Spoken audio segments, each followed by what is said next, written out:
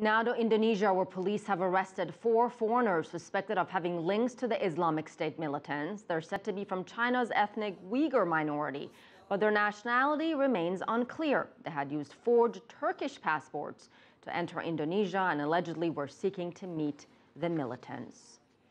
Syrian government troops are fighting to dislodge rebels from the outskirts of Damascus from the front lines of the operation.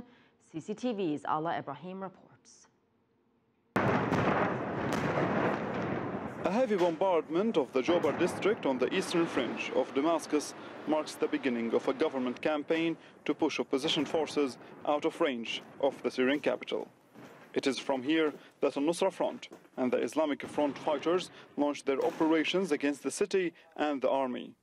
The Syrian military is determined to take the territory back and is mounting a relentless campaign involving troops, tanks, and artillery.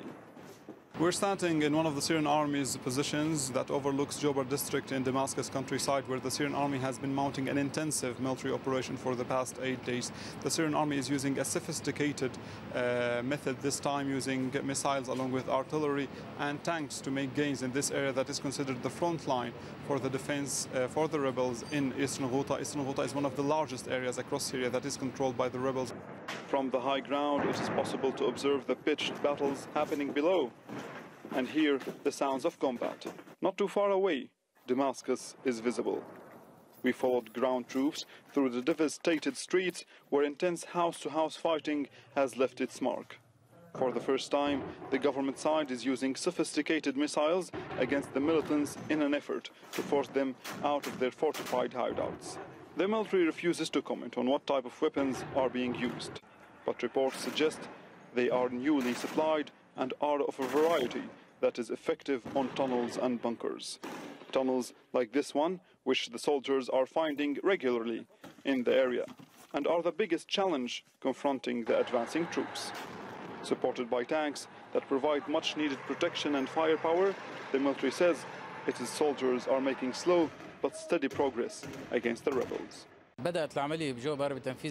This is no easy operation, but we are using new tactics based on accumulated experience.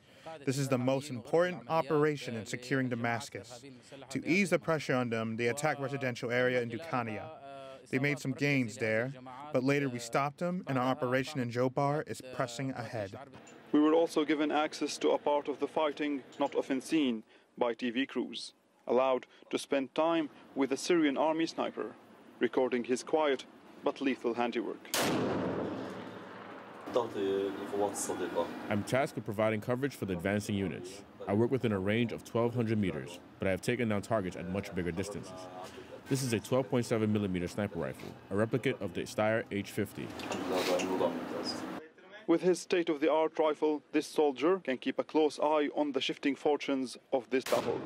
But even with a massive scope, it is difficult to see which way the campaign will go. Alaa Ebrahim, CCTV, Jobar, Syria.